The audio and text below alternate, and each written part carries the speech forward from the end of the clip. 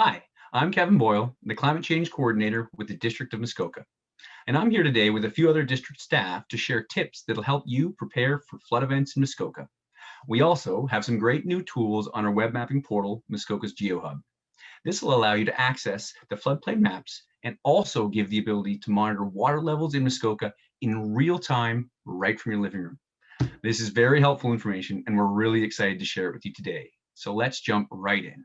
First up, I have Jeff McWilliam, who's the Chief of Paramedic Service and Emergency Planning with the District of Muskoka. And he has a message on emergency preparedness and what you can do to prepare for flood events in Muskoka. Over to you, Chief. Hi, it's Jeff McWilliam, Chief of Paramedic Services and Emergency Planning for the District of Muskoka. And I'm just here to say, listen, emergency preparedness is all of our responsibilities and we need to take it seriously.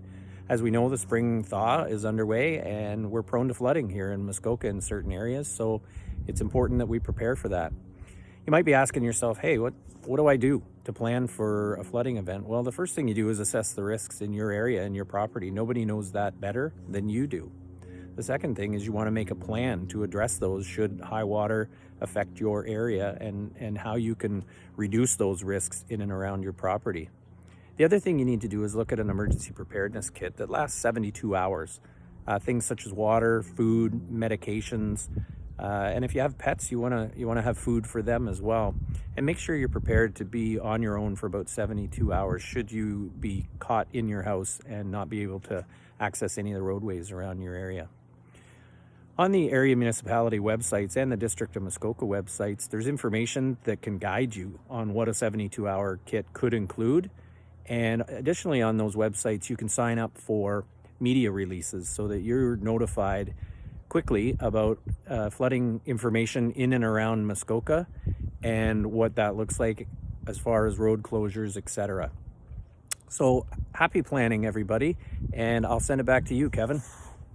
Thanks, Chief. As Chief McWilliam said, we all have a role to play in being prepared for emergency. So remember, plan, prepare, and practice.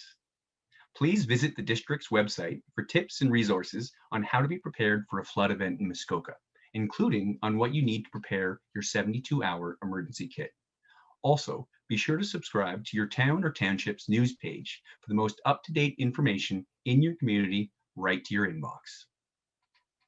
The next piece of information we want to share with you is how you can access the real-time water level information and floodplain maps for Muskoka. The district has an incredible web mapping portal called Muskoka Geohub.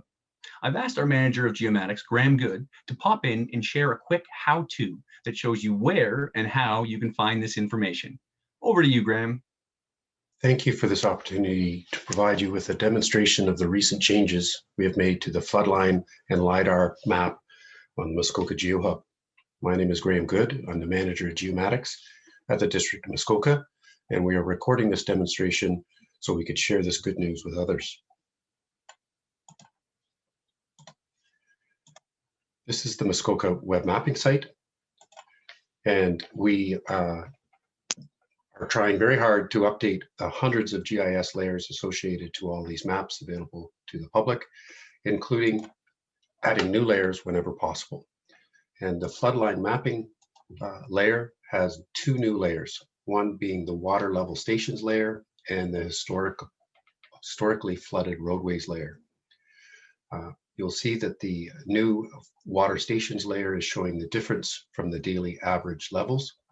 And if I zoom out, you can see over Muskoka, there's 15 of these water stations and beyond many, many more water stations across Ontario and North America. If we zoom into one of these stations and just click on it, you'll be able to see a lot of information, including the current water level, previous water level, previous days, the normal level, including the maximum level and the historic minimum level. And if we scroll down, we'll be able to see this one, which is the difference from the daily average level. And this value is shown in this legend. If the value changes and increases, it'll turn dark blue. If it goes down, it'll turn red. So this is the value that is being updated on the legend. If you scroll down, there's additional information. And at the bottom, it tells you the date that this information was last refreshed and updated. And it provides you with a link to a website to get more information in real time. The first time you come to this site, you'll have to click the I agree button in order to see this data. But this data will show you live updates, updated every 5 minutes, and will give you the elevation of the water level at this particular station. You can zoom out to see the trend over time of this particular station, and you could click, hold, and drag this chart to the right in order to see previously recorded records and values. If you scroll to a station that is on a river, you will get even more information. It has the same current levels and previous levels, but if you scroll down this pop-up window, it will also give you the value or the the annual flow in cubic meters per second, the previous change, the current ones, as well as the difference from the historical maximum values. The website link for rivers provides a little bit more information, which includes both the discharge and the water levels. You could do the same thing in terms of going back in time, hovering over top of it to see not only the discharge, but you could also see the height in meters as well. So there's additional information on the rivers. We understand that many have access to this information through other sources, but we thought it was a pretty good idea to make it available to as many people as possible through the Muskoka Geohalb mapping site. The other new layer on this map is the historically flooded roadways. If I click on one of these, it'll show us the name of the road, the reason for its closure, and the municipality and the year. Some of these sites we are fairly confident in its position and location, and others less so. What hasn't changed on this map is the ability to see detailed floodline mapping layers and accurate detailed elevation through the LiDAR data. You can search and find a particular property through its civic address or the road. You could actually put in the roll number to find a particular property, or we could do a search on a lake. I could click on that. It'll zoom in and highlight that lake. And once I'm found the area that I'm interested in, I could actually click on it to get some detailed information on the property, which is information we've been providing for the last decade. But you can now click onto the next feature, and it will give you the ground elevation, in this case, 284.1 meters. And if I click to the next feature, it will actually show us the elevation of the lake, the static lake elevation of 286.68 meters. So potentially this area that I clicked on the map is going to be about 2.6 meters underwater. We also have other information that you could click, and you'll be able to get access to the original consultant's floodline mapping that shows exactly where these flood lines may show up on these maps. And if we go to a river area, you could get similar information for the property. If you click to the next, you get the same elevation.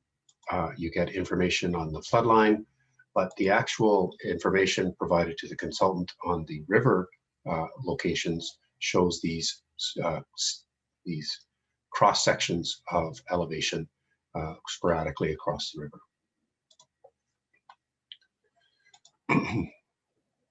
The other information that we've provided on these maps are links to other pages or websites.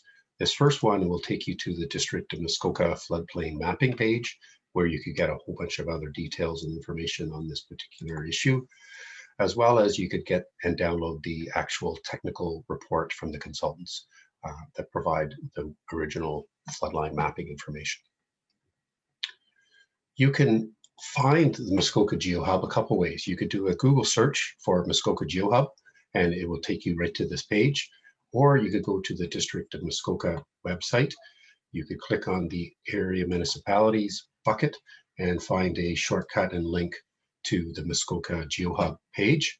Here you'll be able to click a launch to the site, and you'll be able to review a previously recorded demonstration to get some more tips and tricks on how to use the Muskoka Geohub web mapping site. That is what I was planning to present to you today. I'd be happy to answer any questions, and thank you. Goodbye and happy mapping. Thanks, Graham. And don't forget, Muskoka's Geohub is the one-stop shop for all the geographical information in Muskoka. You can visit the Muskoka Geohub web mapping portal at www.map.muskoka.on.ca. And that wraps up our video for today. Thanks very much for joining in. And a reminder, when it comes to emergency management and being prepared, everyone has a role to play. So plan, prepare, and practice. I hope that after watching this video, you have a better understanding of how you can prepare for emergencies, specifically flood events, and where you can go for more information, including the real-time water levels and all of the floodplain maps available from Muskoka. Take care, and as always, be prepared.